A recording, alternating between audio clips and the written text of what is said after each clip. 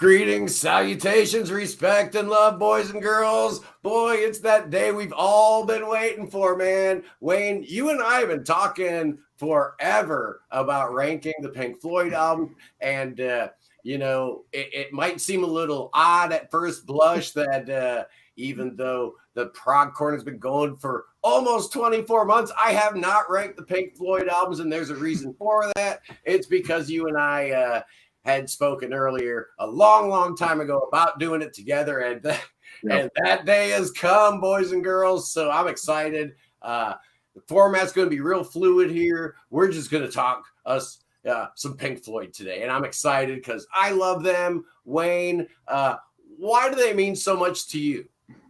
First band I ever got into. Like when they talk about a musical awakening, hearing Echoes the Best of Pink Floyd, and the first time I heard Shine On You Crazy Diamond, I was like, what is this? And then it moved into like Time and everything else, and the rest was history. You know, we have the great Mark Anthony K with us today from Project Gemini. Mark, welcome to the program. Talk to me about what Pink Floyd means to you. Pink Floyd is a band that I got into, let's say, about high school, maybe about grade 10 or so. Back when I was younger, there was always that stigma like, oh, Pink Floyd, they're like they're a stoner band, only potheads listen to Pink Floyd. But as you kind of, realize, as I started developing into the musician that I am now, I started realizing that some of this playing was very intricate, very well thought out, and David Gilmour is one of my favorite guitar players easily. So I really love Pink Floyd on that, in the way that the guitar playing talked to me at first, then the songwriting did. And, I love the way they structure some of their concept records and stuff like that. But, their catalog is, in my opinion, is far from perfect. I'm sure this is going to be interesting to talk about this. But, there are some moments in this catalog that are just brilliant, and there's others that leave a little bit to be desired. So I'm very anxious to hear what we all think about certain records. Yeah, and it's a weird band for a few reasons. The timeline on this band definitely puts them kind of in a league of their own. They predate every other band that we probably talk about on the prog corner as a prog rock band. Right up there with the Nice and Procol Harum and the Moody Blues for that proto prog era that they kind of came up from. But they changed so many times their sound from that early psychedelia to, kind of a more mature psychedelia into something that came real close to prog rock for a little while. I argue absolutely was prog rock. And then they ventured off into the wilds of AOR. So they've had a lot of different, faces to them over the years, a lot of different stylistic changes, but relatively few personnel changes. It's been a solid core group for a long time, bar, the early days where there were some early members and then the whole Syd Barrett, the unfortunate Syd Barrett thing. But again, to my first question, and that is Pink Floyd even a prog band, or is that something we shouldn't even care about or address? What do you think about that, Mark? I mean, to say that they're a proper prog band might be debatable, but I mean, they definitely have elements of progressive rock in their music. That's for sure. But I mean, like you said, it depends on when you listen to it. I mean, Piper at the Gates of Dawn is more, I'm thinking more psychedelic album than it is a prog rock record. Yeah. And, there's other records where they just tackle so many different things in there that, it's hard to say if it's just an outright progressive rock record. But I think they straddle more the line of yes than no. Yeah. Yeah, I mean, if you have to do a straight up yes or no answer, where would you go with that, Wayne? Yes or no, is Pink Floyd prog? Definitely a prog band. They did concept albums. They worked with an orchestra. They've pretty much done the sing-along epics.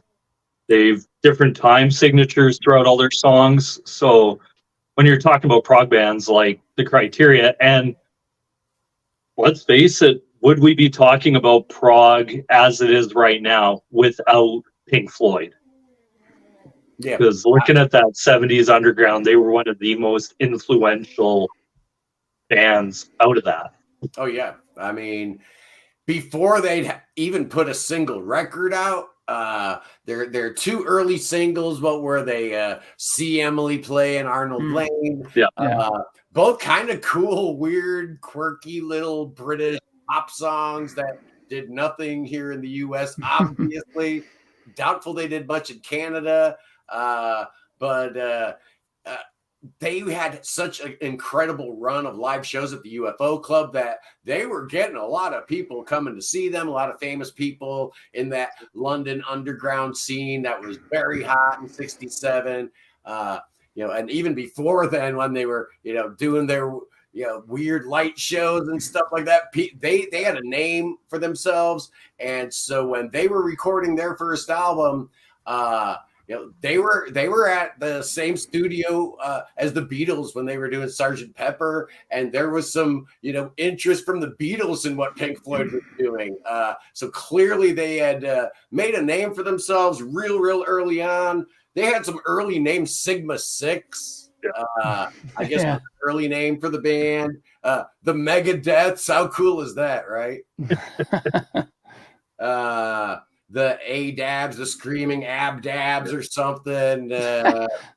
Leonard's Lodgers, the Spectrum 5, the T-Set, the Pink Floyd sound. And they finally settled on a great name, a name for the ages, something they could hang their hat on. I love the name of the band. I think it's awesome.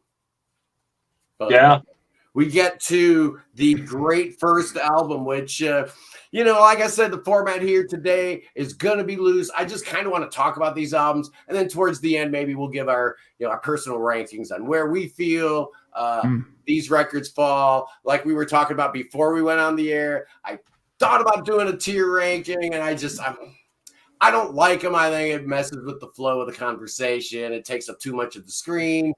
You don't want to see some tear, man. You want to see our bright, shining faces. Obviously, it's 1967, August 4th. EMI drops the Piper at the Gates of Dawn, and the world collectively yawned. Nobody cared. This record hardly moved the needle at all in the UK, did nothing in the States at all, but I think it's a really good record. I really do. I think there's some moments here that transcend psychedelia, and you could see that this was a band that had a lot more to say than just drop out and whatever the hippie phrase was at the time. Astronomy Domini, come on, what a great track that is. Even did they not have that on the US version? Because the U.S. version put Arnold Lane on there. See Emily Play. Right.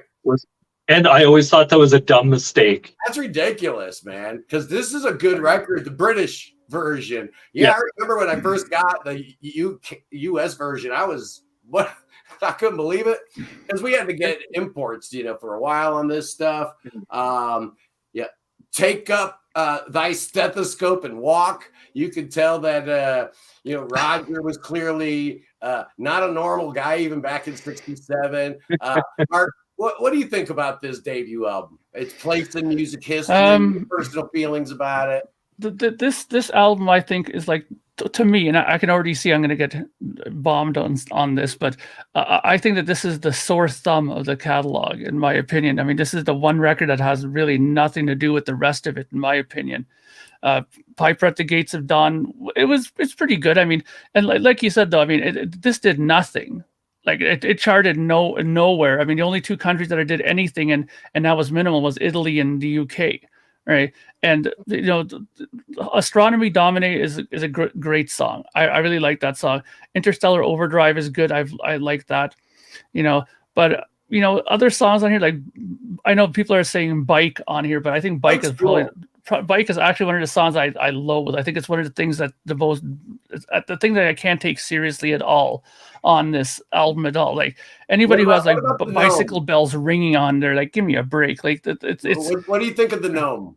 The Gnome is it's all right. I mean, Look, I mean, I know they were going for a certain sort of psychedelic approach to their things. So, I mean, you have to let them have a little bit of, experimentation going on there. And like, like Power Talk is okay for that reason too, right? But I mean, Take Up Thy Stethoscope and Walk is like, was that really needed to be on there? It did not need it. It's so much fun though. It's ridiculous. But we got people mentioning just about every single song.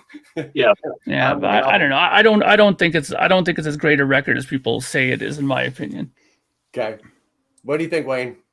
I think at the debut, it's good. It feels very much like a schizophrenic album. Like it doesn't know what it wants to be. Like you have the pop clashing with the experimentation of it. And I can see where that really throws people off.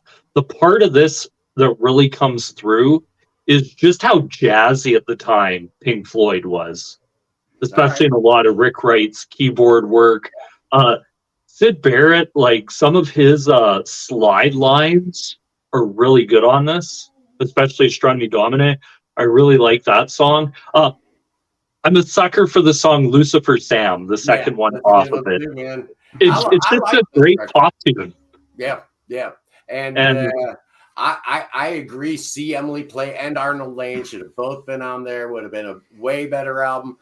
I think the schizophrenic nature of the debut probably stems from the fact that, even though it sounds really nice and glamorous, like they were released on EMI, they were recorded at Abbey Road, and, the Beatles were coming around while they were recording. The reality is they had a crap deal. Like 5,000 pounds for 10 records or so. It was just some ridiculous deal they were saddled with. They weren't given any studio time at all. They had to scrounge every penny together to do this thing. And it does show. There's a little bit of wear to it. It's not, aged perfectly, but I think it's aged pretty well. I think it's still a fun record, and I listen to it a lot. And Sid hated, and it was mentioned in a lot of interviews, he hated recording in a studio. Like he would rather be out in the club just playing. That seemed to be more. Well, you ain't gonna have much of a career if you're doing that, though. Yeah, and I think early on they realized, especially going into the next album, just we need to improve here. He's too sporadic. Yeah, he was a nut job. I mean, he was one hit acid away from being completely turned into a vegetable. Which, for all intents and purposes, what happened. But, the next year, you got June 28th, 1968. Somehow, some way, with all the turmoil going on in Pink Floyd world, lo and behold, there is a second Pink Floyd album. And we even get a 5-man lineup for one song, which, you really think about what could have been, what might have been if Gilmore and Sid had been in the band together for a little while longer. But alas, it was not meant to be. So what we have here is a saucer full of secrets. Again, we're produced by Norman Smith. Again, recorded at Abbey Road. Again, released by EMI in the UK and the fledgling Tower Records in the US. And, none of these songs, with the exception of, Set the Controls, have really kind of stood the test of time for people. And God bless Nick Mason for maybe changing that a little bit, because I've always been a sucker for the title suite. I think that's kind of a neato piece of music. What do you think about their sophomore album, Wayne? To me, it is a step up from the debut. The thing I'll talk about it a lot is it's a lot more of a darker album. And it kind of brought the darkness into Pink Floyd, where you can see it right away. You also have some absolutely phenomenal Nick Mason drumming, where it feels like he's just drumming around the riffs and everything. Hey, we got somebody in your background. Want to introduce what we got going on there? Oh, it's just my sister-in-law, Shelby. Oh, hey, Shelby. Yeah. Welcome to the live stream, Shelby. But, it does feel a little darker, right? Yeah, and I've always loved. I like the opening track, "Let There Be More Light." Yeah. I know Cliff Burton from Metallica talked about like this album kind of inspiring his riff for Master of Puppets, and you can Really? kind of hear it a little bit in it Okay. with songs like "Let There Be More Light." "Saucer Full of Secrets" is fantastic. It feels like a band that was still trying to find where they want to go after Sid, and even though he has one track on here, "Corporal Clegg" is an interesting song. I've always found that very weird, quirky. Yeah, that's a weird one. Interesting, but but the title track, like just listening to that and just hearing how insane some of that is. Some of Nick Mason's best drum work Yeah. is That I pretty agree Dark with. Side of the Moon. Yeah, I agree with Well, that. Honestly, I think this album shows one thing, that beforehand this band was absolutely led by Sid, because once he left, they were completely directionless on this album. They had no clue what the hell they were doing on this album. All they were doing was just writing songs, and just I think Roger Waters said it himself. He goes, they didn't know what to do, so they just tried to focus on their strengths, which was writing instrumental music, right? That's why you have, the songs that you have on here. I mean, "Saucer Full of Secrets" is okay, but again, it's just like, to me it seems a lot of cut and paste going on in that. Like, okay, I got a part, let's just slap them together. "Let There Be More Light" is pretty good. I think it's a pretty decent song. I've always liked Set the Controls for the Heart of the Sun. Yeah. I thought that was probably the song that showed hope for the future. And even David Gilmour at this point, he didn't find his footing for a few albums still. I mean, he even said that himself, that he was getting so sick of this space art rock craft that they were doing, that, but he had to follow along because he was the new guy in, number one, and Right. number two, they didn't know which way to go anyway, so they just followed what they were doing at the time. But he was burnt out on that space rock stuff. Thank God, because I couldn't imagine hearing a whole career of this stuff. I mean, I would have checked out real early if that was what they were doing. Like Roger Waters was early on showing as well that if left to his devices completely, we would end up with shit like Corporal Clegg and stuff like that. It's just songs that are just not good. I mean, and that seems to happen on here, on these albums early on a lot. There's a lot of stuff that should have been heave-hoed out of there. So it's not a bad record. Like, I wouldn't say it's garbage, but it isn't anywhere good. It's very like I said, it's directionless. I think that's the best thing to say about it.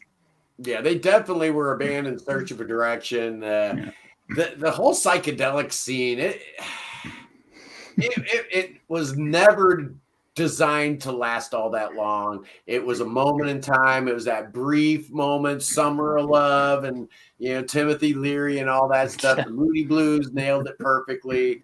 Early Pink Floyd nailed it perfectly. But you know what? That wasn't going to last. That had no legs. And you definitely see some problems in Pink Floyd land.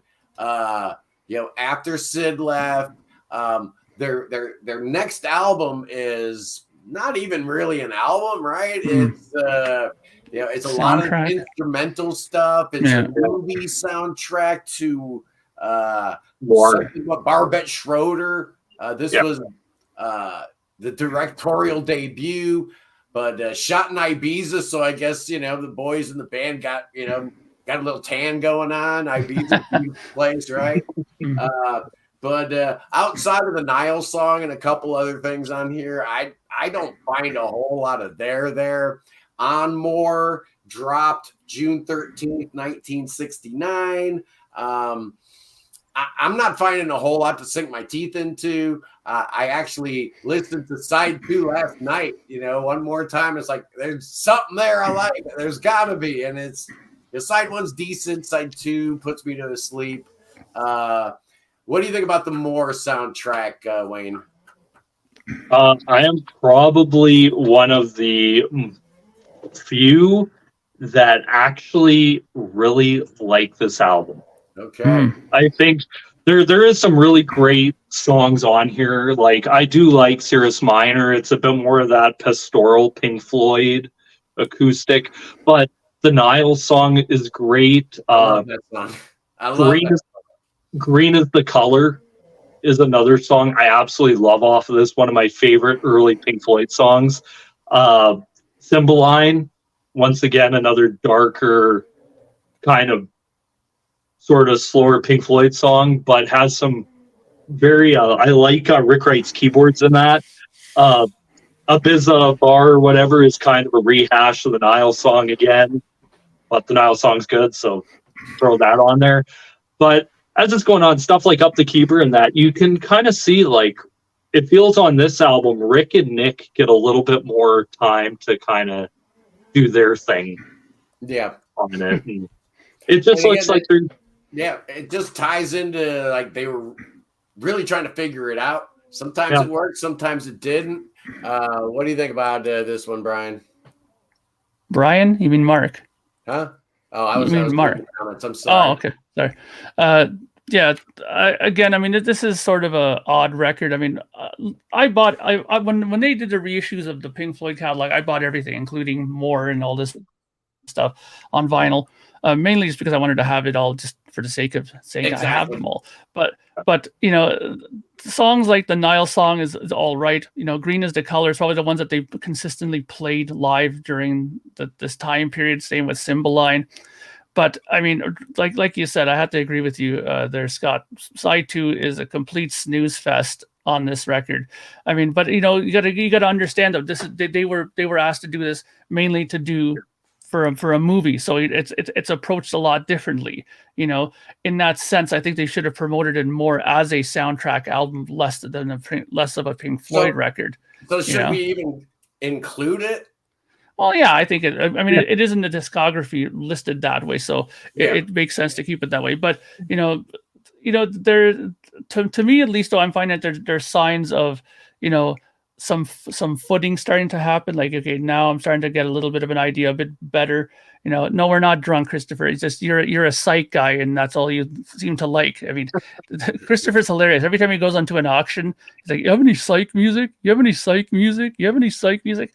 But anyways, Christopher likes what he likes. Yeah, I know, but this is supposed to be prog stuff, right? And anyways, but there's, you know, there's decent stuff. Like I said, the Nile song's good. Cymbeline is all right. Green is the Color is okay. And I mean, Green is the Color. Mason does that with his current band right now, right? So, and I really like that band. You know, Saucer Full of Secrets. I think it's a great band. That live album is really, really good. Have you had a chance to go see them yet, Mark? No, I haven't got a chance to see them, but I love that live album. I spin it a lot, actually. I hear it's a good show. The Nick Mason Saucer Full of Secrets show. He's been going all around the world promoting that second album, which has been a forgotten about record. More has been even more of a forgotten about record. Not a huge fan of it, but that's all right.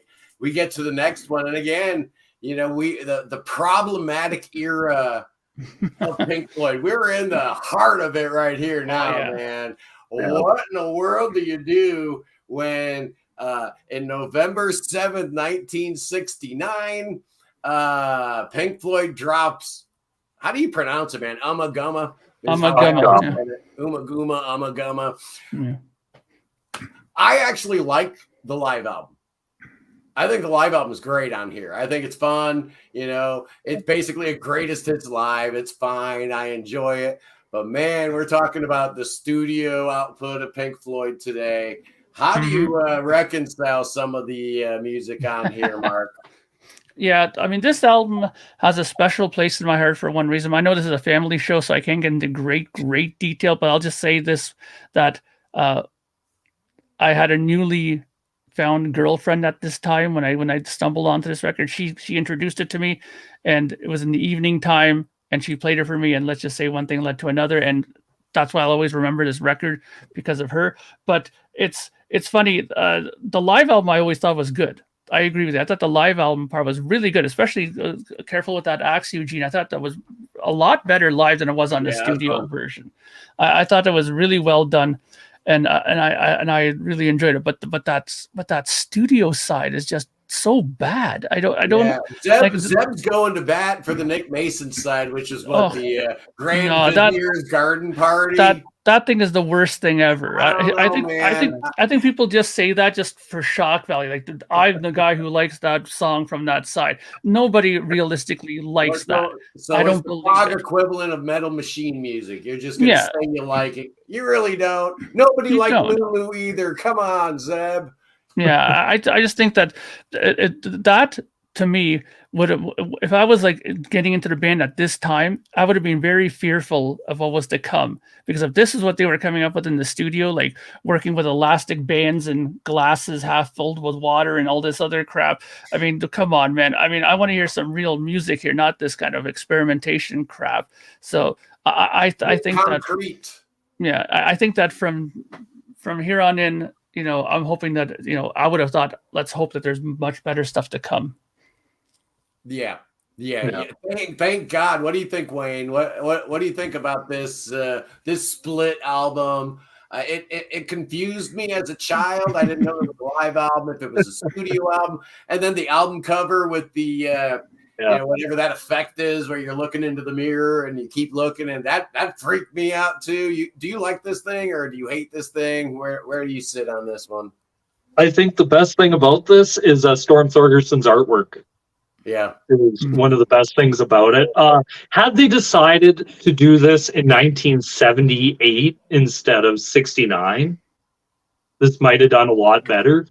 Okay. Looking at it, I agree with you guys. The live side is perfect. Why couldn't we have just gotten a double live album at the time? Yeah. And instead of this, and looking back on it, it always astounds me, like when I see people come out and say this is like their favorite Pink Floyd record, I'm like, what am I missing? It's so asking if this was the first Hypnosis cover for the band. I think the answer is no. Saucer Full of Secrets was the first Hypnosis album cover. But thank you, Wayne. I believe you won the question today. Yeah, that is. But looking at the structure of this, I'm like, I just kept listening to it, and I'm like, what were they thinking? Like, was there a ton of drugs involved in this, or? Of course. Like, what's going on? Because even listening to it, I'm like, there's parts of Sisyphus I like. There's parts of The Narrow Way I like. Grantchester Meadows is probably the best part of the album because it is an actual song. Yeah. But I always thought if Pink Floyd did this, and I think Yes did it better when they did the Yes album and Fragile. Oh, I thought that's how better. It should have been done that way, where you at least had competent band actually playing together instead of just these intersections. I doubt this will make a whole lot of people's favorite Pink Floyd list. And then, the next one might be the most divisive album in the Pink Floyd discography as we roll through their first UK #1, released October 2nd, 1970. It only hit number 55 in the US, but real strong showing in the UK. I don't really understand how they go from not selling any records in the UK to all of a sudden putting a cow on the cover. And Adam Hart Mother did fantastic. And again, we've got a real mixed bag on this thing, man. There's some moments of absolute brilliance on here, and there's some moments I don't care what Alan ate for breakfast. I don't care about hearing Rice Krispies popping in the bowl. That doesn't interest me a whole lot. But Wayne, Adam Hart Mother, I know our girl Naomi from 365 Days of Prague, this is her favorite Pink Floyd album. Where are you putting this one in the discography? Top 3. I absolutely love this record. If there's one thing you could say, King Crimson gave Pink Floyd a direction where they're like, okay, all these bands now coming out doing this kind of new thing, progressive rock. Pink Floyd kind of takes it up, works with an orchestra. And you could tell with this album, they had a vision with it, at least. And the vision, the 20-minute epic of Atom Heart Mother, like all the parts going into one another, the reprisal at the end. In my opinion, this is the album where David Gilmour kind of breaks out and really starts showing his guitar chops on it with some of the solos on Atom Heart Mother.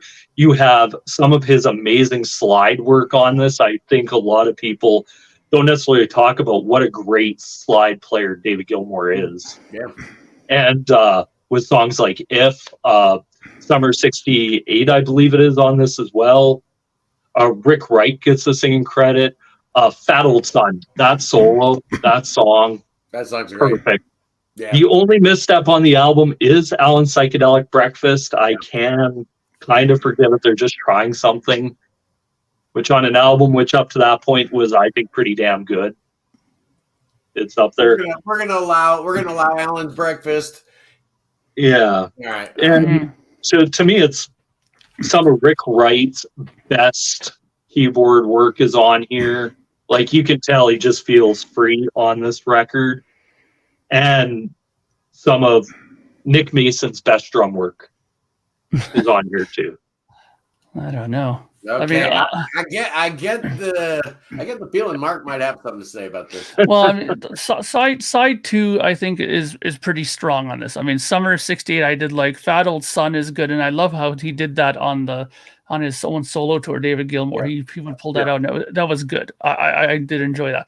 But Atom Heart Mother, I mean, there are moments in there that I understand what they're doing, like, and I can kind of clue into it, but there's a lot of things that are not good about that song. I mean, that the timing of it is questionable. Like the timekeeping, they even said that themselves, that the timekeeping from the rhythm section is not that great between, Mason and Waters there. And, they had, and don't forget, EMI had a lot of rules and stipulations when they were recording that you couldn't do massive amounts of editing and cutting tape in their studio and stuff like that. They didn't allow that. So they had to do like long, huge takes of stuff. And it's listed here somewhere too that they said that the guy who did the orchestration, the Ron Geeson guy or whatever, said he had a bitch of a time doing the orchestration to that because it was like their meter wasn't that great. And look, let's put it this way: if they were to do this sort of an album 10 years later, when they started cluing into more like click tracks and different ways of recording symphony orchestras with it, I mean, I think that it would have turned out much better. I mean, they're not the only ones who suffered from this. I mean, the Time and a Word suffered in the same sort of way, that there wasn't exactly the greatest recording way of doing orchestras back then. So all those bands that did it back then, if they would have done these ideas years later, like look at Magnification, how great that record turned out, because they had orchestra recording down at that time down to a fine science where you can do it really well. Further, mirror to the Sky. Yeah, exactly. And it is absolutely critical, because you listen to some of those older recordings where rock bands were blending symphony orchestras. There's this weird lag that you can attribute to timing and the lack of click tracks and all that kind of technology at that point in time. But what it does is it saps all the energy out of a song. And you do hear that from time to time here, but overall, there's some interesting things going on. Absolutely, something's cooking, man. Right? I mean, at this point, if you're paying attention, you just feel like there's some greatness about to happen. And I'll be darned if it doesn't happen on October 30th. 1971. They drop an album I could easily make a case as being their best album. I absolutely love metal. It's not my favorite Pink Floyd album, but some days it absolutely is. I love everything about it. I love the short tracks. I love the epic. I just think it's real close to sonic perfection. And I've been on the record as saying that I was such a huge fan of this album that when Dark Side of the Moon came out, I was a little disappointed. Wow. And I kind of sort of stand behind it. This album hit number 3 in the UK, number 70 in the US. It basically, unless you were a stoner in college in 1971, you probably had no idea who Pink Floyd was anyway in the US. Their time was fixing to come, but I think metal helped set the stage, even though obviously Obscured by Clouds came in between. Again, another soundtrack album, which we will talk about. This is kind of the pure predecessor to the world-conquering Dark Side, and as such, I think it should be viewed as kind of the John the Baptist to the whole thing. I love this record. Mark, what do you think about Metal? Well, Metal is now one of those situations where you kind of go, hallelujah! Finally, we got a good record now coming now. I mean, this album really. This is where they started to find their footing. One of These Days, I think, is a great song, one of their better instrumentals they've ever done. And I mean, that's one of the songs that they continue to play throughout their career. I mean, Fearless, I think, is all right. I mean, it's not a bad song. I mean, they have that whole You'll Never Walk Alone part in there. So British people always love that, right? Saint-Tropez, not bad. The only song on this album that I don't like is Seamus, mainly because it drove my dog nuts whenever that song came on. It's just like, God, man. They always made him go. I get it. That track. Yeah. And Echoes is a masterpiece. I think that's one of the songs that they really hit the nail with the hammer perfectly. And another thing, and I'm going to say this right out here, is that one of the other things on this record that they did finally that I thought really helped is that they gave 95% of the vocals to David Gilmour now. They started going away from Roger. His singing is nowhere near as good as David. We all know that. Okay, there's nothing to even debate about that. Yeah. Okay, so as soon as they started making him sing more, and even in unison with Rick Wright on Echoes together like that, now we're getting somewhere. Now you can start. The melodies are getting stronger. The music is getting stronger. They can combine that sort of trippy stuff with some more serious, more straight ahead rock stuff, and I think it just turned into a really well done album. And the only thing that I always thought was weird about it is I never realized what the hell that album cover was until years later, like that it was an ear. I was like, what is that cover? But I mean, it's such a good record. And again, I thought that this was one of those moments where I was like, okay, now I know what Floyd want to be from here on in. Yeah. What do you think, Wayne? Oh man, this album, fantastic. Like from start to finish, One of These Days. Even look at stuff like where would electronic music be without songs like One of These Days out there? And Pink Floyd's perfect thing of that double bass throughout that whole song. And then all of a sudden, just out of nowhere, almost just like sucking you back and completely changing the script on you. It's one of their great calling cards is where they could just abruptly something, go in completely different direction. You're like, where did that come from? Pillow Wins Fearless. I like those two songs. Like you said, David Gilmour, once they had him start singing, it really helped the band because he is pretty much the strongest singer they ever had. In the band. Not even close. Vocalist. He's fantastic. We love his voice. We love Roger's weird, quirky voice too. Yeah. But come on, man. David Gilmour had the voice. And, if you're putting together a list of seminal tracks that as a nascent fan of prog rock, or, if you wanted to introduce somebody to this thing called prog, dude, Echoes has to be in there. It just has to be. It's one of those tracks you mentioned in the same breath as, Close to the Edge and Supper's Ready and Starless and Echoes, right? I mean, that's kind of up there. Like Saint-Tropez, nice little pop tune. I do like the rhythm of it. It has that very upbeat where there's times where Pink Floyd can get really down, so it's nice to have that little bit of an upbeat song, but Echoes is an absolute masterpiece from Rick Wright's keyboards on this to just something as simple as just like a ding throughout the whole thing and build up. And then you get David Gilmour once again, his guitar playing. As you're going through Pink Floyd, you can start seeing David Gilmour's guitar playing become a lot more prevalent in the songs, in the mixes. And I remember being a kid, and the first time I heard that eerie section of Echoes, I'm like, what the hell is this? Yeah. What's going on here? And sure.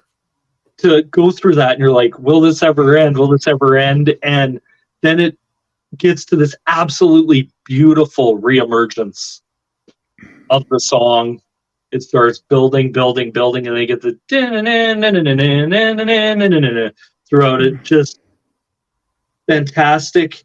Yeah.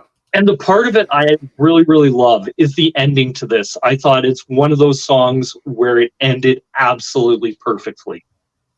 I can't think of another way of the song ending. So it's just one of those tracks. It's perfect. Start to finish. Exactly. And then, there was the second of two soundtrack albums we'll be talking about here today.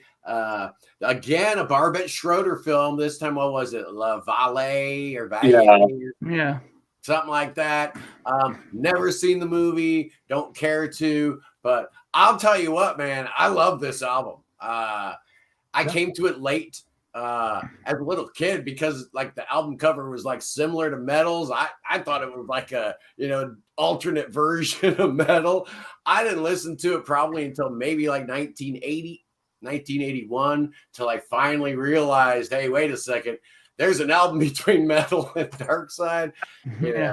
Before the internet, you could make mistakes like that and find these little treasures. And so maybe I'm a little biased because I was just so excited that there was a Pink Floyd album I hadn't heard. And I just fell in love with it, man. I think it's great. Free 4, of course, was the single off of it. It's a fantastic song, but I kind of dig this whole thing. I know it's not, it's not thought of on the same level, perhaps, as what came before or after it, but I think it's a fine little record. Yeah. Well, I mean, compared to, I like this much better than More, for sure. Yes. I like this a lot better. Now, this has some decent songs on here. It's still not anywhere near as strong as the album before it, obviously.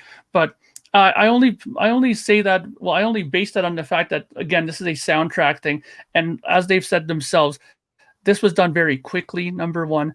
Number two, They also kind of went in where they showed them the raw footage of the film, and they did kind of stopwatch a few things where they're saying, okay, we need something like 3 minutes long here for this area. We need something here. So their writing was dictated a lot by the movie itself. So that also makes it a little bit limiting in your writing as well. So I'm not gonna give this album a bad ranking, mainly because of the fact that they had some limitations self-imposed, of course, but they kind of had to structure their songwriting a bit differently than they would have on the record before, for example. So while there's some, there isn't any like real barn burners on here, but there's okay. Childhood Zen's okay. Burning Bridges is all right. Everything on here is more than listenable. There's nothing terrible on here, but again, I don't think it's really that strong. But again, it's because it's a movie soundtrack. It is a soundtrack, but I gotta agree with a couple of these commentators. Hey, we got Kyle shooting off comments, and he's talking about Childhood Zen. I love that track. The deal and the gold that's in the ridiculously named songs, but they're actually good. I like them. I think it is what it is. It's not a real album in terms of, we're going to create some masterpiece. It was a soundtrack, and for what it was, I think it's fun. I think it's a great record, and I think it's underrated. I think it's their most underrated record. I think there's enough on here to warrant it being considered one of their better albums, actually, in spite of it being just a soundtrack album. And then we get to, of course, the seminal date that was March 1st, 1973, an album that did not hit number 1 in the UK. It's The Dark Side of the Moon. It only hit number 2. I'm sure somebody in the comments can tell me what album kept it off of number 1 on the UK album charts, but it did hit number 1 in the US. And by this point in time, the band could pretty much do whatever they wanted. People were commenting about, well, there's no name of the band or, anything like that, branding on there. They'd been doing that for a long time. This was nothing new. What was new was that it hit number 1 on the Billboard charts. And that's what got people's attention because, they were doing it before, and hitting number 60. This thing hit number 1. So it turned a lot of heads. Even before they heard a single note, they wanted to know what in the world was going on with that album cover. Talk about a genius marriage of music, artwork, marketing, the label leaving them alone, letting them do what they want.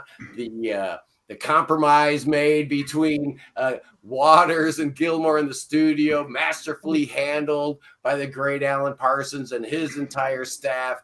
All the stars had to align for this thing to be as good as it is. And with the Redux that we talked about just a couple of short weeks ago, man, it really makes you think about just how amazing Dark Side of the Moon really, really was and what a great achievement it is. Where's your heart on this one, Wayne? Great record. Start to finish. Like, I know you talked about Obscure by Clouds. They actually started to record this prior to getting pretty much said, you have one more album for the soundtrack, because it was a 2-up film deal. So I could see where they kind of didn't really care as much about Obscure by Clouds, even though there is some fantastic stuff on it. But from start to finish, like, what's the history of prog without the Dark Side of the Moon? Can't tell that story. You can't. No. To me, the album that mainstream prog to the masses, and you look at it, it was the perfect marriage of right album, right time. Hi-Fi Stereos just came out. They asked, what's the first album you listened to on it? And there was some other album they mentioned, but they mentioned it was either that or the Dark Side of the Moon. Because this is start to finish, like, this has to be one of the best albums that just flows into each other. That I've ever heard. I mean, this album to me, it has always been my number 1 Pink Floyd record, like, without any doubt in my mind.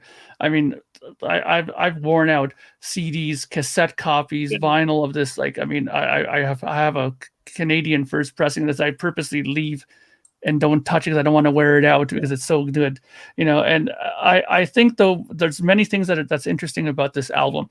I mean, the songwriting, they were one of the rare times that Roger Waters and David Gilmour really saw eye to eye, and they had a joint mission to make a good album. And again, when it came time for mixing, they couldn't see eye to eye on it. And apparently they had huge problems in the mixing of this. The guy who really needs to be thanked, and this is not Alan Parsons, it's Chris Thomas, who did the mixing of this album. And he's the one who stepped in and said, okay, listen, I'll mix it, but I want you guys to zip it and just let me do my mixing. And at the end, Roger Waters said that while it's not the way that he would have wanted it mixed, he agreed with it. And he was smart in that end to do that, because they ended up with a record that spent over 740 weeks on the charts. I mean, I can't name many other albums that have done that in the history of music. So it's an album that sonically was ahead of its time. There's many techniques in production and in recording that people still go back to this day and take and use on their own albums. There's so many different things, from like leaving long spaces in the vocal so that you can put effects on, like delays and stuff like that. These are all kind of things that people picked up from Dark Side of the Moon, and again, the sequencing is very important on this album. You couldn't listen to this. Could you imagine putting this stuff in any other order and listening to it? It just wouldn't work. So in a way, it's one of it could be looked at as one of the greatest conceptual records as well, in that sense. So I think that everything about this is fantastic. From his slide playing, David Gilmour's, his singing is right up top on here too. Same with Richard Wright. He did a great job with his vocals on here as well, especially in songs like Time, and same with Mason. His drumming on Time is fantastic. Those rototom parts that he does at the beginning, fantastic stuff. And Alan Parsons needs to get a lot of credit too, because a lot of his recording techniques were great. His idea with bringing in all those clock samples was his idea for that, so he deserves a lot of credit for that as well. And this album, truthfully, is what put Alan Parsons on the map as an engineer. Yep. So great stuff. Oh yeah, what an album, what an incredible record. And could you think of The Great Gig in the Sky without that Claire Torrey vocal performance? Like, it's amazing. It's you talk about the record in the same breath as people talk about the greats of all time, regardless of genre. And it's nice that at least we have one record that goes up in the pantheon of the great records. The Beatles records and all the rumors of the world. The ones that sell hundreds of millions of copies. We don't get a whole lot of that, but we have our Pink Floyd, and we are thankful for it, man. And here we are right smack dab in the middle of their most creative and fertile period. It's 1975, and September 12th, they dropped their 9th album. Wow, Wish You Were Here. If you were expecting some kind of a letdown or some kind of a disappointment or some kind of a hangover because of the humongous amount of success that the band experienced after Dark Side, you are in for a real rude awakening, man, because I'm here to tell you, I think it's even better. I think it's just perfect, man. I just love Wish You Were Here. I love everything about it. I love every note. I love every decision. I love the packaging. I mean, how do you even attempt to get something as good as Dark Side of the Moon, and then you do this? I love it, man. Mark, I know you're a big Dark Side guy, but how do you think they fared with the follow-up? I think it's a very, very strong record. I mean, for me, it's my number 3 record from Pink Floyd. Okay. But I think that there's 2 reasons why it doesn't fare as high like as Dark Side, or maybe my number 2, which I'll get to later. That's because they went back again with a little bit more Roger on the vocals, and I'm not huge on his singing. I mean, it's mainly "Shine On You Crazy Diamond" that he sings on this album. Yeah. But of course, don't forget there's like 9 parts on this, so it's split up in 2 sides. So you have a lot of Roger there. 13 minutes and 12 minutes. It's a long piece, right? But this definitely has one of my more favorite Floyd songs of all time with "Welcome to the Machine" on here, which is such a great song on here. And again, the thing that I find absolutely incredible on this is the fact that when they did such a fantastic record, sonically speaking, as Dark Side of the Moon, they actually went in and got a different engineer to do this, Brian Humphreys. And Brian Humphreys did such a good job sonically on this record. I mean, if I was Floyd, I would be maybe nervous getting a different engineer, because I would want to have the same kind of quality of recording, and to bring somebody else in, he'd be like, is it going to be as good? And he did a great job, just fantastic job recording this album. The acoustic guitars sound great. The drums sound fantastic. Roger's bass playing is really good on this as well. All the keyboard stuff is just brilliant on here. Even Have a Cigar with Roy Harper. I think that was a good idea, having him come on there.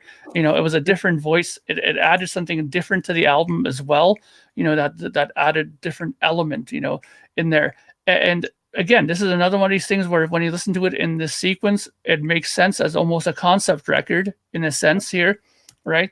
Which they never ever said that it really was thought of that way, but it's such a great record. I mean, and you have Dick Perry on here doing the saxophone stuff, which is really good.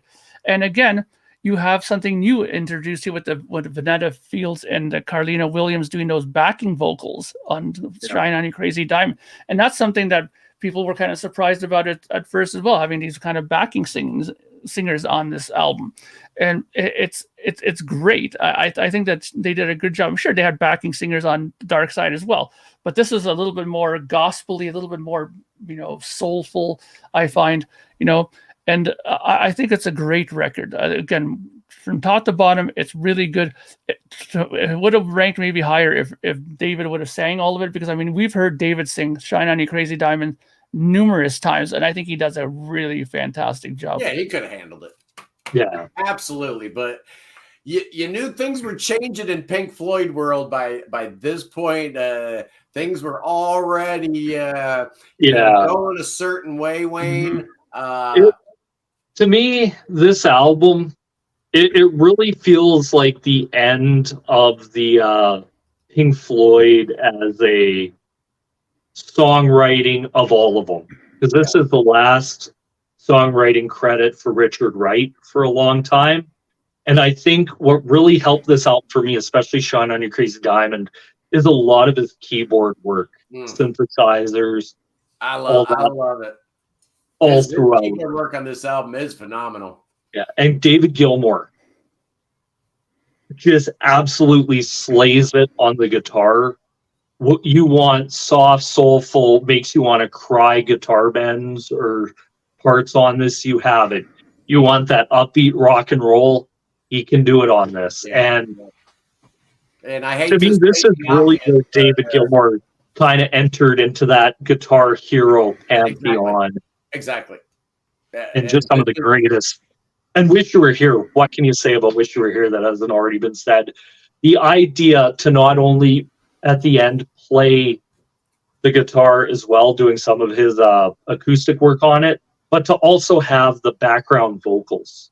Yeah. Falling behind, just the behind it just works. And it's just fantastic. Great record. It's genius. It's perfect. It hit number 1 in the US, hit number 2 in the UK, Then we get to the 10th album, and Boys and Girls, the change was absolutely afoot. Animals are sometimes referred to as the first Roger Waters solo album. I don't think that's fair. I think there's plenty of contribution from David Gilmour on this record, but it certainly was getting real Roger Waters heavy, and especially in terms of the lyrical aspect of this record, the dark nature of it, the political nature of it. This came out January 21st, 1977, and there was a little thing called punk rock raging in the UK at this time. And, whether they were, directly responding to it or not, there can be absolutely no doubt that Roger Waters, David Gilmour, Nick Mason, and Richard Wright weren't living under a rock. They knew exactly what was going on. They had heard it, whatever their feelings were about it, notwithstanding. This is Pink Floyd's punk rock album, like it or not, agree or disagree. And it's an absolute masterpiece. Hit number 2 in the UK, hit number 3 in the US. And I'm just going to say right here, right now, boys and girls, it's my favorite Pink Floyd album. I just absolutely love Animals. I love the energy. I love the anger, the angst. I love the darkness. I love the story. I'm just a big fan of Orwell, so I just think the whole thing is just terrific. And when this thing dropped, it was my first Pink Floyd album getting the day of, right? I got to Wish You Were Here maybe like a month or 2 after it dropped. I got into Floyd. This was my first, standing in line, waiting for the record store to open. Yeah, it didn't disappoint. I love Animals. I always have. How do you feel about this one? Who wants to talk about it first? I'll go first real quick. I think that it's a really strong record. It's my number 2, Animals. Now, which is surprising considering how much Roger Waters is on here vocally, songwriting wise.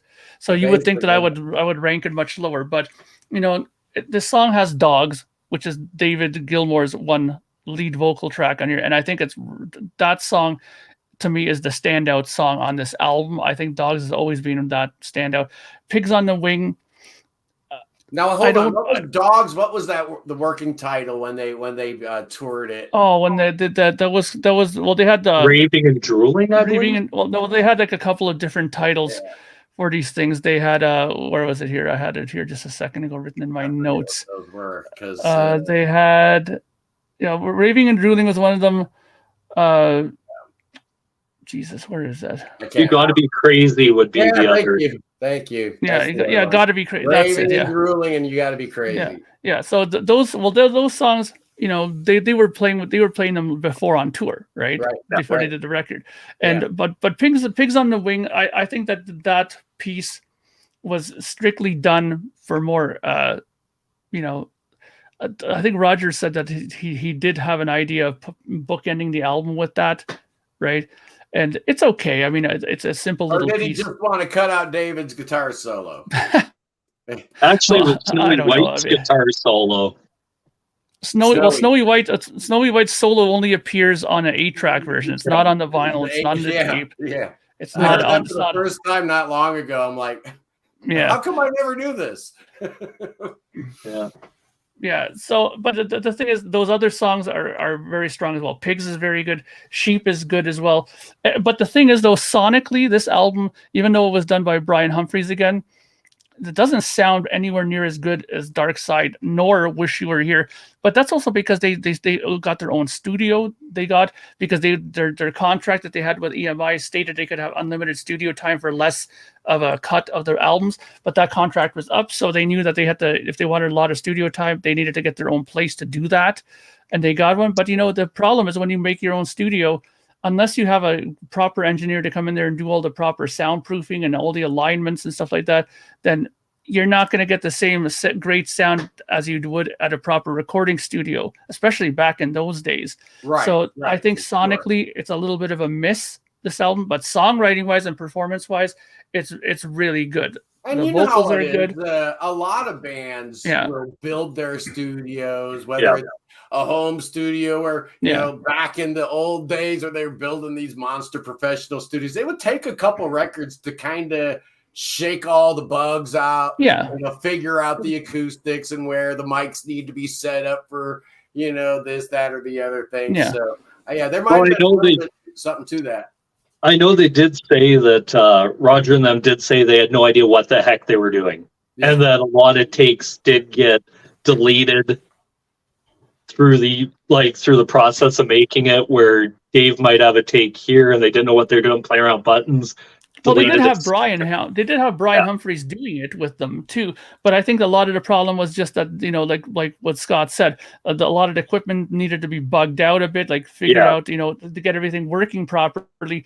Because even with a professional engineer, when you have an unprofessional studio in there, then he has to figure all these things out. What's going to work here? Like you said, what room is going to sound best for the cabinets? Where is the drums going to sound the best? You know, and those things have to get worked out, right? And this album to me is, once again, how do you follow up a masterpiece with another masterpiece? And Pink Floyd was on a roll. I do like the way it is bookended. Kind of gives it a nice little closure to the album.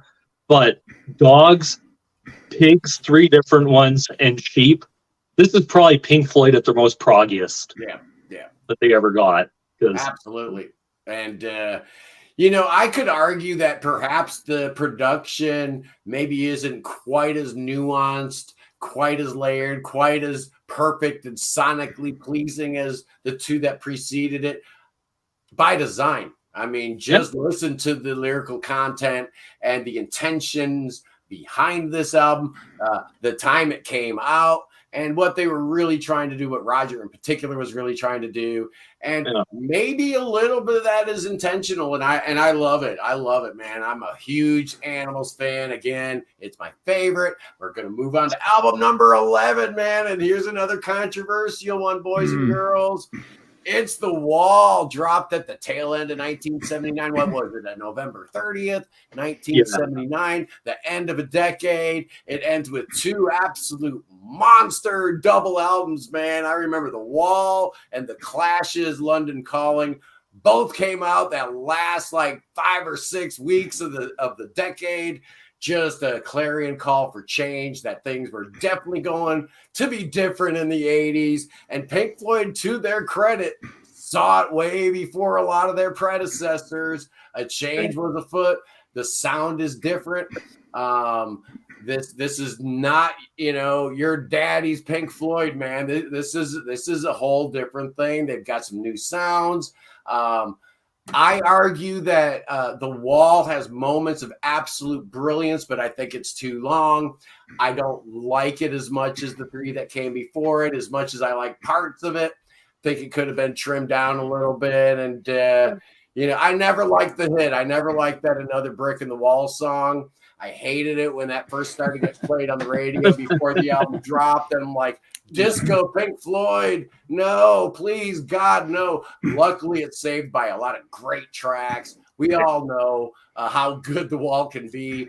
But am I wrong here? Am I missing something? Is this this every bit as good? No. As what came before? You're right. You're right. I mean, because honestly, the Wall, I think The Wall is overhyped, in my opinion. I think that, for all the fanfare it gets, to me there's a lot of filler in this. There really is. I mean, I know people are gonna be, what, are you crazy? No, there is a lot of filler. I mean, if you listen to some of the stuff on here, One of My Turns, Don't Leave Me Now, and stuff like that. Like, I mean, I understand it has to be there as part of the story, right?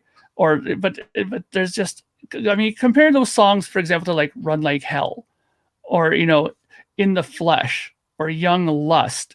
Those are all really strong songs. Hey You, what a great song that is. Yeah, nothing wrong with those tracks. Yeah, at Comfortably all. Those Numb. are great songs. Comfortably Numb. But there's a lot of stuff on here that could have been easily made into a single album with this stuff. It's just terrible, and I know Mike Portnoy loves this album, but Mike Portnoy is not always right. No. So I think that this album could have had some fat trimmed. But one thing that's interesting, Bob Ezrin did this album. They brought Bob in, and Bob's known to be a songwriting guy, so he had some of his hands on this as well. Yeah, but it does sound good. This is sonically, it's an interesting record. One of the techniques that they did on this, which I found very interesting, is they cut all the drums and bass guitar at the studio, and then he took that 16-track tape that they used for it. They made a 2-track mix of the drums and bass, flew it to another 24-track tape, and they left that 16-track tape aside and didn't use it, because, as you know, if you use tape and keep recording over and over and over again on it, degradation will start happening. And they did all the overdubs on a separate tape and then flew it all back to that other tape with the original drums and bass. And that's why the bass guitar and drums on this album sound so good on this album. They didn't go over it 100,000 times with the overdubs and the vocals and stuff like that. So it's a really densely sounding album. Great job by Bob Ezrin, even though a lot of people know me for hating Bob Ezrin, but he did a great job on this album. And again, the only thing that I'm going to give Bob a little bit of a finger wag to is that if he was a really good producer, he would have probably, I think he should have trimmed some of the fat. But it's hard to do that on a concept record, because they're going to always argue with, no, I need that chapter, I need that part of the story. And it's hard to argue that point. Yeah. Now, before The Wall was dropped, we had a couple of solo albums. Yeah. And I swore to the peoples I'd try to weave a little bit about the solo albums in. Gilmour's debut self-titled came out in 1978, as did Wet Dream, right? Yep. Which is the better of those two? Who you got? I think David's. Dave. Yeah, they're both really good, man. I love Wet Dream. Yeah.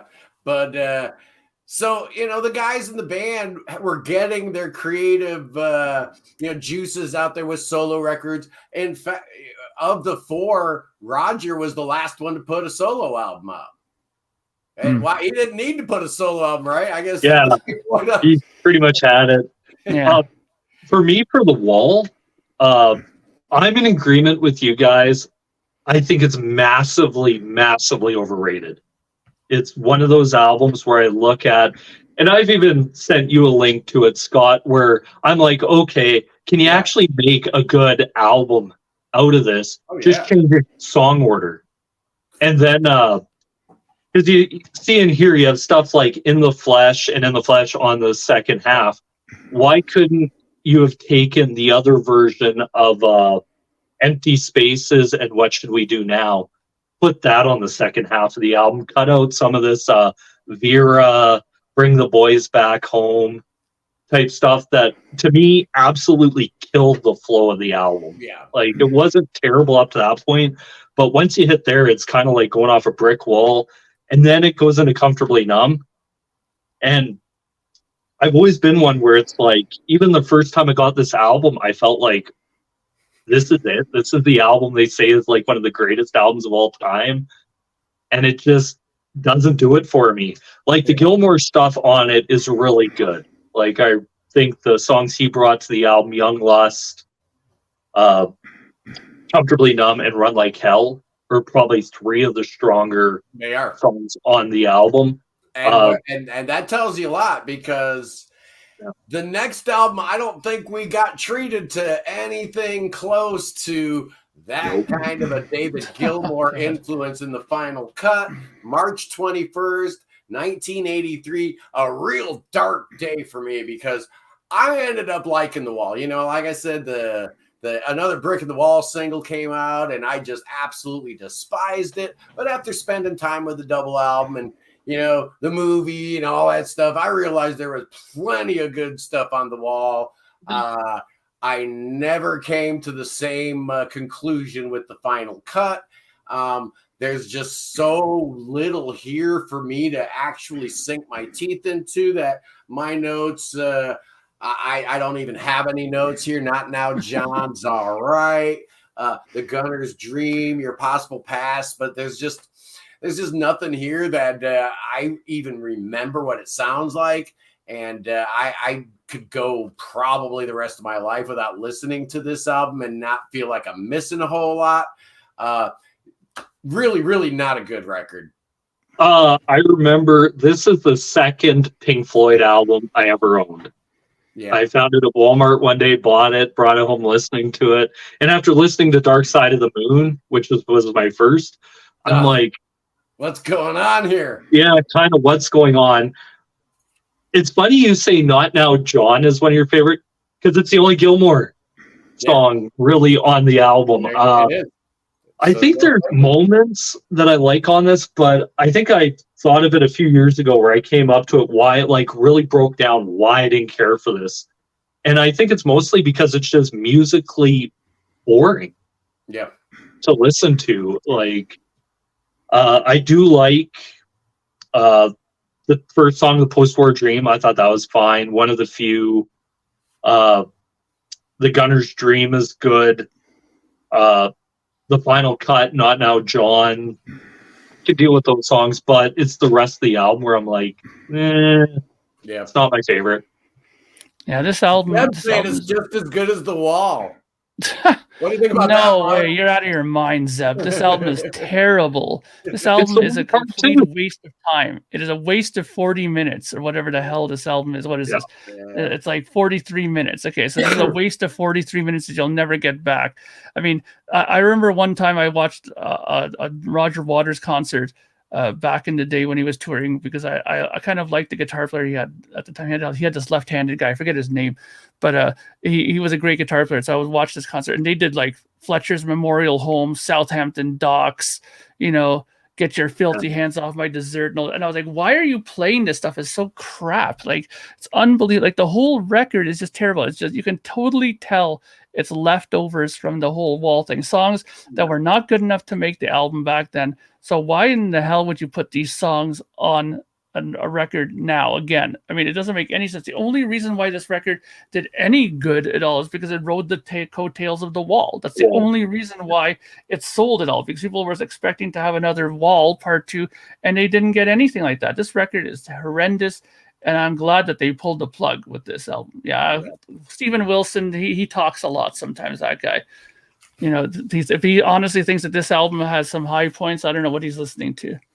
Yeah, Steven Wilson, he's a human being, and he's got tastes in music, just like we all do. But unlike, most people, you can polish up a turd; it's still a turd at the end of the day. I know I'm full of crap most of the time, man. I know my opinion doesn't matter, and I try to put it right up front. This is just my opinion, but you know, people, because he's Steven Wilson and they love his music so much that they must love his opinions about stuff too. That's ridiculous. Now, after this abomination, Roger Waters put out the Pros and Cons of Hitchhiking, an album I actually do like. I think he actually found some decent songs.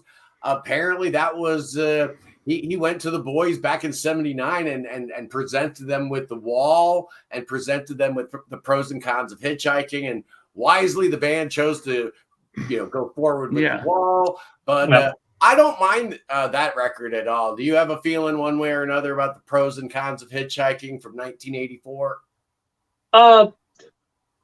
I think David Gilmour's songs rework could have fit either or concept of it, but the Pros and Cons of Hitchhiking, it's interesting because you have Roger working with another really well-known guitar player in Eric Clapton at the time, which he was probably on his downward spiral there.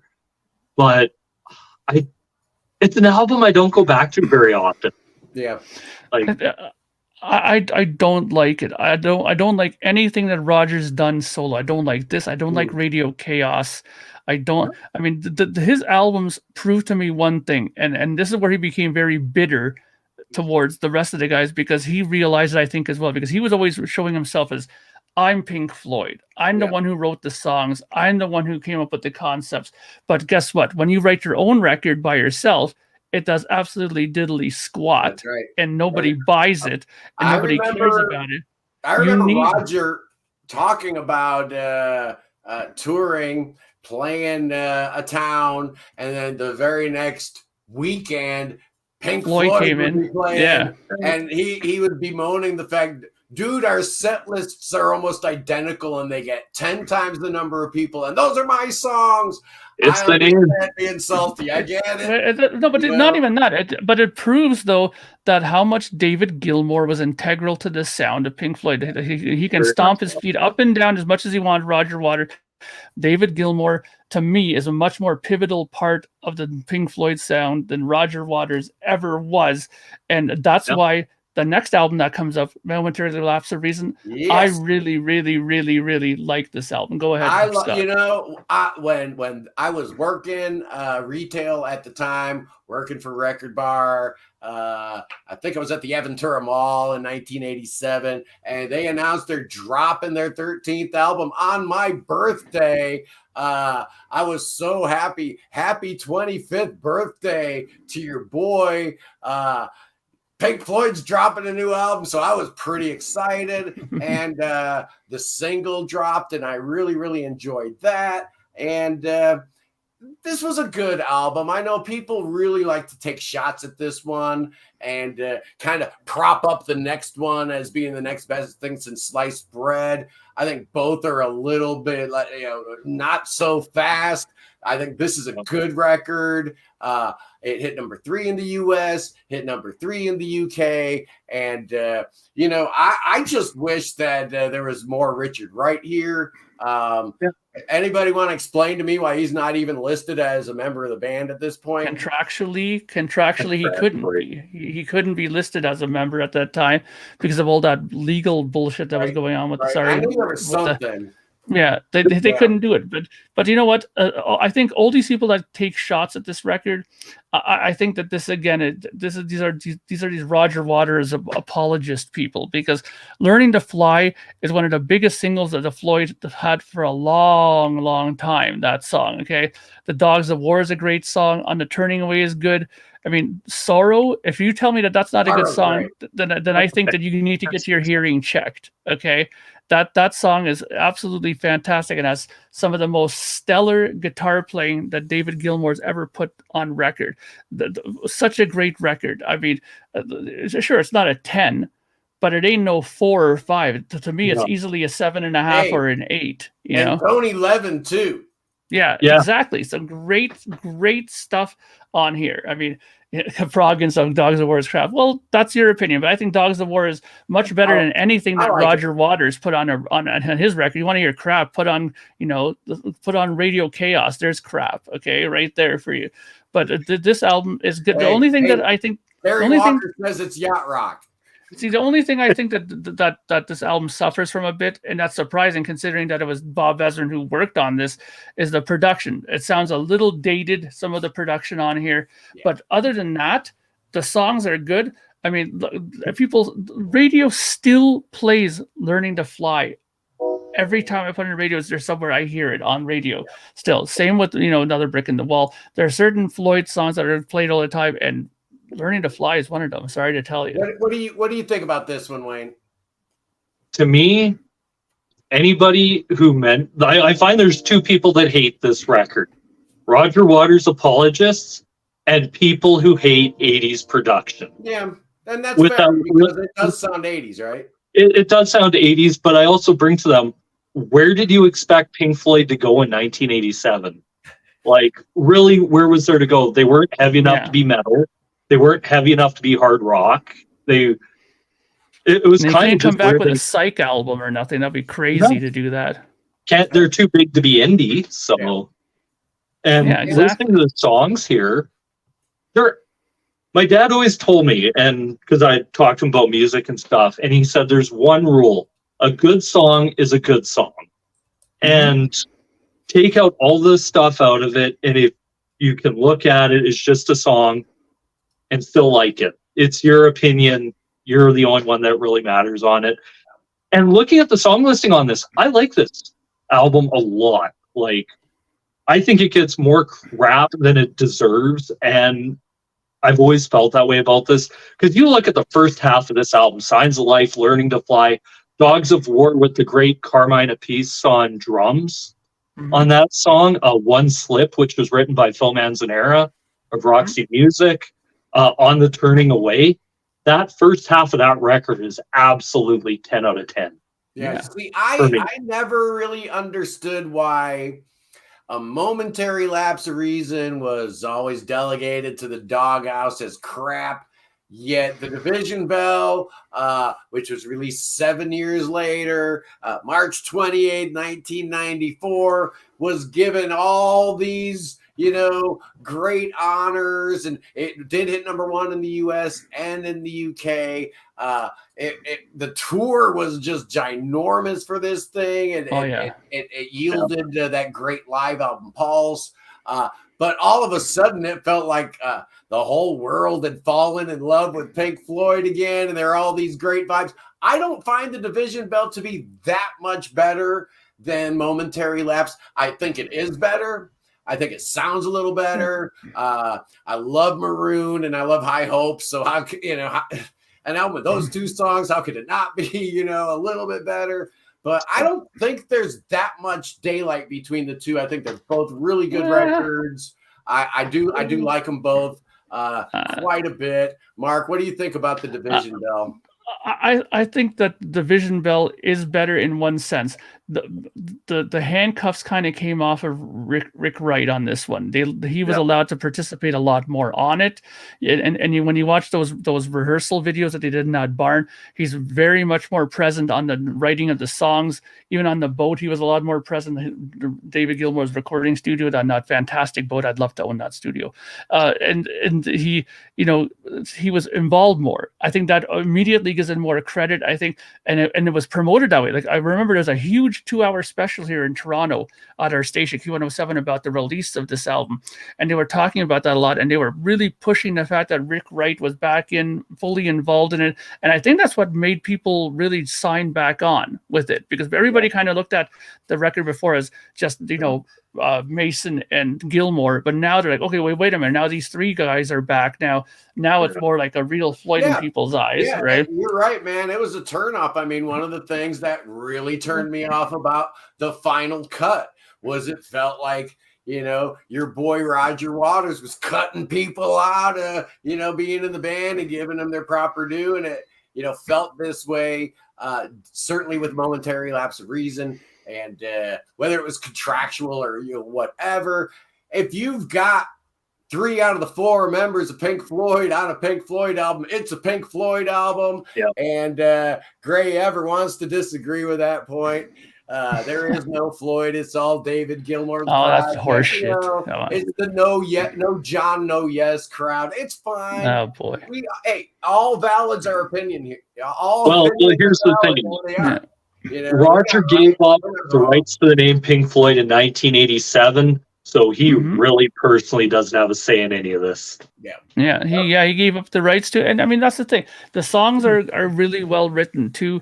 I mean, David Gilmour openly admitted that during '87 he got really badly hooked on cocaine during that tour and stuff like that, but he got off of it, and he said he was fully invested back into the songwriting aspect of the band, and I think it shows. I mean, look at the songs on here. I mean, Great Day for Freedom is really good. Coming Back to Life is good. High Hopes is probably one of the more classic Floyd songs that they did in their latter part of their career. What Do You Want From Me is a great opening track that they did after Cluster One. You know, great stuff. Good question by the one and only Heartlord Cayley. What do you think, Wayne? Why didn't they just replace him? Because David Gilmour, I think, didn't want to work with another egomaniacal bass player.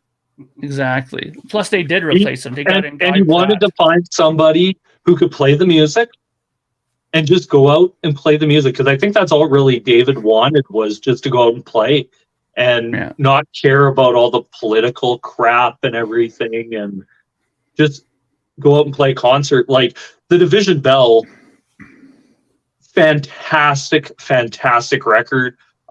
Like you guys said, Cluster One, great instrumental opening. What Do You Want From Me? Pulls Apart. Maroon, Great Day for Freedom. Wearing the Inside Out with Rick Wright's vocals on lead. First time since Dark Side of the Moon.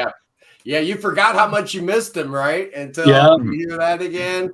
And all the good feelings, you know, we got great feelings, good vibes about Division Bell. And even Take It Back, Coming Back to Life, which is an absolutely beautiful song. I love it, man.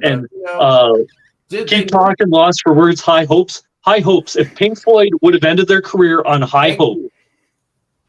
Did they need to come back? Did the Endless River need to happen? No. Couldn't the High Hopes have been the final strain of Pink Floyd music ever laid to wax? How fitting an ending that would have been. But alas, November 2014, we decide we're going to put out basically what?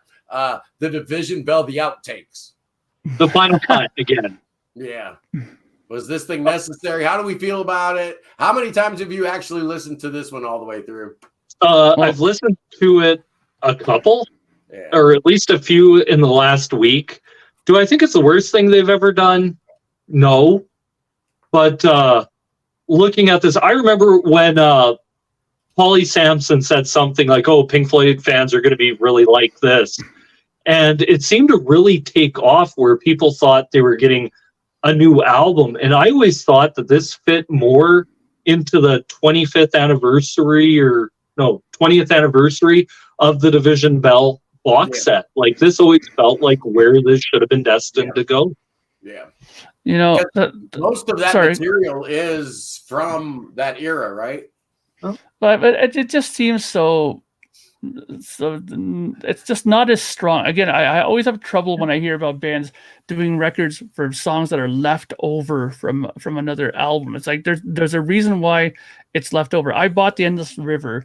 Okay, I bought like the deluxe box of it, and when I put it on, I was so disappointed. I brought it back the next day and got my money back, and I didn't like it. And somebody earlier asked why they didn't replace the person with an actual lyricist. Well, they did. Paulie Sampson is the name. She was the one who did all the lyrics for them after that, which is pretty much David Gilmour's wife. So, but the thing is, you know, I don't like when bands do these kind of things where they take leftover songs and make an album out of it. It's just, if you're gonna do another record, do another record. You know, like come on, man. I mean, it's obvious that David can still do it. He did a few solo records after that. You know, On an Island. I mean, a lot of people sometimes knock it out, but I really love that album. So I mean, he was capable of still writing. Let's break it down here. We talked about David Gilmour's first solo album, the self-titled, came out in '78. I think we all agreed that was really good. In '84, About Face came out, not quite as good. I think we can all agree on that. I like it though. It's got some good tracks. But then in 2006, On an Island, where did that come from? That thing was way better than it should have been. Oh yeah. I really enjoyed it. And then he did put out Rattle That Lock in 2015, which didn't really rattle my lock. I thought it was all right. No. I like it. I thought it was actually probably one of his stronger solo records. Like, I'm not as big. It took me a really, really long time to warm up to On an Island, because it always, to me, felt at moments like Crosby, Gilmore, and Nash. Okay, Sure. Actual David Gilmour album. Yeah, a little bit. But even the Division Bell, like Paulie Sampson wrote a better, in my opinion, concept album than Roger Waters on some of that. Yeah, I mean, honestly, I think On an Island was David Gilmour's last big stab at writing a great record. I think from here on in, you're not going to get anything good anymore from that guy. Not that he's all washed up, but I just think that he that was his final masterpiece that he gave to the world, was On an Island. I mean, to me, all those songs have good mood to them. There's a vibe to it when you can put your headphones on, listen to that. It has such a great sonic qualities to it, and the tour for that was really, really well done. And one of the tours that it gets talked about a lot, because there was a couple of good live albums that came out of that, like that live in Gdansk, Poland, that they released. Yeah, fantastic. The DVD for that with the orchestra, when they did all those Floyd songs, well, like they did Echoes, they did Astronomy Dominate, they did all kinds of stuff with this orchestra. Plus, they played On an Island in its entirety. That tour, I'm so upset I never got a chance to go see it. But that was, I think, David Gilmour's last hurrah. And what a way to go out, though. Now, and Rick Wright's best way to go out. We talked a little bit about Roger Waters' pros and cons of hitchhiking, 1984. I liked it. I don't think you guys were as warm about it. Radio Chaos, a few years after that, came out in 1987. That one I did not like. I didn't mind it. I thought songwriting-wise, it's probably one of his better, but it has moments. It has moments on it that I like, but not as a whole. 1992, Amused to Death. This one here seems to divide fans a little bit. I know a lot of people love this album. A lot of people are like, Roger should quit doing solo albums. How do you feel about it, Mark? Amused to Death. Out of all of his solo records, I think this is the one that kind of sits with me the best. I mean, Jeff Beck's on here, so I mean, I love Jeff Beck, so that kind of also kind of made me go, oh, maybe I should give this a little bit more of a chance, I didn't mind it. I mean, I own it, believe it or not, on CD, and I kind of enjoyed it. I mean, it's probably the best thing that he did solo wise, in my opinion. I think so, because 2017 he released what was that thing called? Is This the World You Really Want to Live In, or something like that? Something like that. I like the intentions behind it, but none of it really stuck for me. No. I don't think I can remember a single melody off the whole album. So it's the same problem that really affected the Dark Side of the Moon Redux. Because I was one day just listening to it in the background, where it'd be like this all the way through. You get the general spike there, a little bit of spike here, but it's very consistently the same. Okay, the one thing we didn't mention was Nick Mason's solo album. Nobody mentioned Fictitious Sports from 1981. Yeah. Man, I remember when that thing came out, and it was just a collective crickets. Nobody cared. I don't think anybody bought that thing. Has very little connection to Pink Floyd at all, but it's not bad. It's got some decent lyrics on there. I like it. I think he's done a couple solo records, and both of them I've listened to, and I'm like, you know what? This isn't terrible. That's all right. And then Sid put out 2 solo albums, both in 1970, right? The Madcap Laughs or something was the first one, and then Barrett was the second one. What do we have? Like, did Roger produce the second one, and David produced one, or Yeah. I know David was in either of those albums in years. I'm going to admit right now it's probably been 30 years since I've heard either one. I know they had to get the Pink Floyd guys into the studio to help work with them because he'd pretty much driven off every other producer just because of erratic behavior. But the Madcap Laughs is actually a pretty good record. I do like it. Terrapin, Here I Go, Love You stuff. It feels very much like a probably more well-produced indie pop record. Okay. Yeah. Than Pink Floyd or what you consider what would be a Syd Barrett album. And Barrett kind of follows in that vein. Songs like Baby Lemonade, Octopus. There's moments on them. And I know, I think Here I Go from the Madcap Laughs features actually David Gilmour on drums. Okay, yeah. Now, we've got people talking about that Nick Mason album and the great Carla Bly being all over it. I'm going to admit I forgot all about that, man. It's been that long since I listened to that. Fictitious Sports, of course, Carla. R.I.P. We just lost her, like 4 or 5 weeks ago. And Hartler Taylor just saying that he loves the Syd Barrett solo albums. I promise I'll actually sit down and listen to those too, because it's been forever, man. I had friends that were really into those 2 Syd Barrett records, but it was never really for me. I don't know. Yeah, it's okay. Yeah. I have no comment on it because honestly, like I said, I never was into the whole psychedelia part of them. So as soon as I heard that Barrett made records, I never got them, and I wasn't really interested in it, to be honest. Yeah, and pretty much the only other solo record we did not mention, boys and girls, was Broken China, which was the second Richard Wright solo album. I really like Wet Dream, but Broken China's great too. Have you heard that one? It's really, really good. Yeah. Awesome stuff. I've never heard it. Yeah. I just promised that, people were saying you got to talk about the solo albums. And since there really aren't that many Pink Floyd solo albums, I figured we just, talk about any of them that we have an opinion on. But anyway, real briefly, before we go, we're going to rank these suckers. I want to hear your top 5, Wayne, your top 5 Pink Floyd albums, starting at number 5. Starting at number 5, The Division Bell. Number 4 for me would be Metal. Number 3, Atom Heart Mother. Number 2, Animals. And number 1, Wish You Were Here. That's pretty hardcore. I love it. Mark, let's hear it. Surprisingly, number 5 is also Division Bell for me. Number 4 for me, what did I put down for number? Oh, hang on, I had it written over here for a second. Number 4 was, number 4 for me was Wish You Were Here. Okay.